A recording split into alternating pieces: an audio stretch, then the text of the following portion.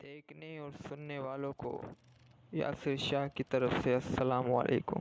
امید ہے آپ خیریت سے ہوں گے۔ جیسا کہ آپ جانتے ہوگے کہ اس دنیا میں اچھے اور برے جنات پائے جاتے ہیں، اسی طریقے سے آج کا واقعہ بھی ہمارے برے جناتوں کے حوالے سے ہے جو لوگوں کو نقصان پہنچاتے ہیں۔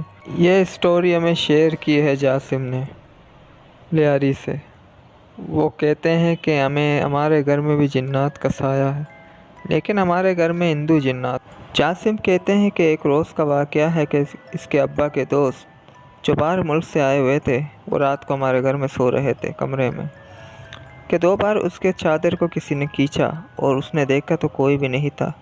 پھر اس نے چادر اوڑھ کے سو گیا، پھر پتہ چلا اس کو ایک لات ماری، پھر وہ ڈر کے مارے بھاگتا ہوا پھر نیچے آ کے اسٹوری بتانے لگا۔ سب ڈر گئے تھے، اس کا دوست بھی ڈر گیا تھا، لیکن ان کے والد صاحب کو تو پتہ تھا کہ ہمارے گھر میں ایسی ایکٹیویٹیز ہیں، تو اس لیے ان لوگوں نے اس کو اپنے ساتھ نیچے سلا دیا۔ جاسم کہتے ہیں کہ اگلا واقعہ میرے پھوپھی جان کے ساتھ پیش آیا تھا۔ یہ عجیب سا واقعہ تھا جو پھوپھی جان نے اپنے آنکھوں سے دیکھا تھا، کیونکہ اس کی پھوپھی جان اکثر آتی رہتی مہینے میں ایک بار۔ تو اس دن بھی اس کی پھوپھی جان آئی ہوئی تھی اور رات ہو گئی اور اس کی پھوپھی جان سو گئی اور اپنا موبائل جو ٹائپنگ والا تھا وہ اپنے سرانے رکھ کے سو جاتی ہے۔ تو اچانک اس کی پھوپھی جان کی آنکھیں کھلتی ہیں رات کو اور دیکھتی ہے کہ ایک 17 سالہ لڑکا اس کے سامنے آنکھیں کھول کے اس کے موبائل کی طرف دیکھ رہا ہے۔ وہ ڈر جاتی ہے اور کچھ نہیں بولتی، اسے دیکھتی رہتی ہے۔ وہ اپنی انگوٹھی کو کڑے کڑے موبائل کے اسکرین میں ڈالتی ہے، وہ دیکھتی رہتی ہے پورا نظارہ، پھر جب آنکھیں بند کر کے سو جاتی ہے ڈر کے مارے۔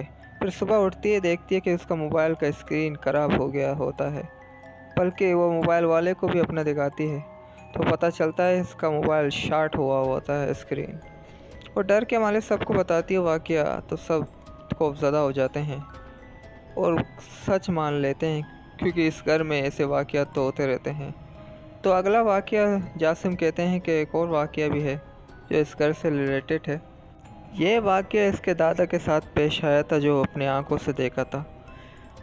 اس کے دادا اصل میں اپنے سلون میں بیٹھے ہوئے تھے اور سامنے کچن بھی تھا، تو اس کے نانا دیکھتے ہیں کہ سامنے واش روم سے ایک ساڑی پہنے ہوئے لباس میں ایک عورت نکلتی ہے اور پانی کی بوتل جس کے ہاتھ میں ہوتی ہے وہ بھرنے آتی ہے، پھر بھر کے پھر چلی جاتی ہے اوپر۔ اس کے نانا سوچتے ہیں اوپر کا پورشن تو ہندو تو نہیں ہے، لیکن وہ ڈر کے مارے اس کو پتہ ہے کہ اوپر ایسی ایکٹیویٹیز ہے جو ہندو ہیں۔ یہ ڈر کے مارے بیچارے سب گھر والوں کو بتاتے ہیں۔ جاسم کہتے ہیں کہ یہ جو بھی مخلوق ہے لیکن یہ ہمارے گھر سے باہر کے ہیں، کبھی کبھار ہمارے گھر میں آتے رہتے ہیں۔